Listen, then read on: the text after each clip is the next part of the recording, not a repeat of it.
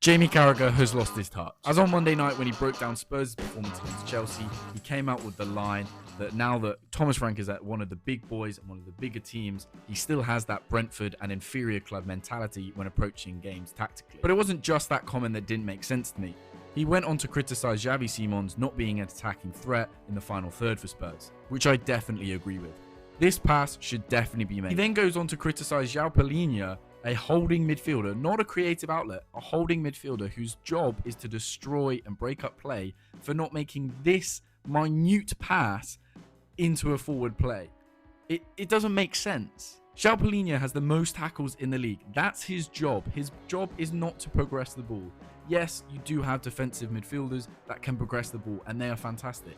The Declan Rices, the Caicedos, in this season particularly, he's looking for those forward passes. But that's not Palhinha's job. That is not his profile. You can't just criticize someone for not doing something when their job isn't that and their profile isn't that. Xavi Simons, definitely criticize him. That's his job. He should be making that pass. Just run it back to that tactical approach that he said, that they came in with an inferior mindset and he was coming with that Brentford-esque style of play.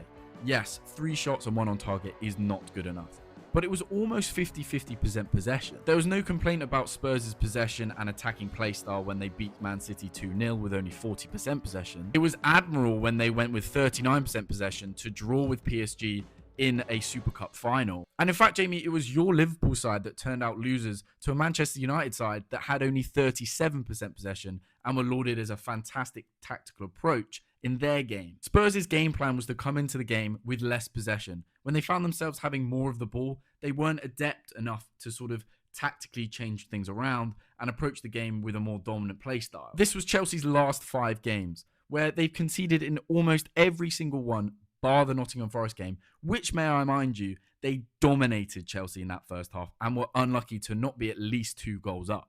So do I think Thomas Frank has brought an inferior complex to Spurs? No. I think he got it wrong on the day, and potentially he didn't see himself and the team having as much possession as they did.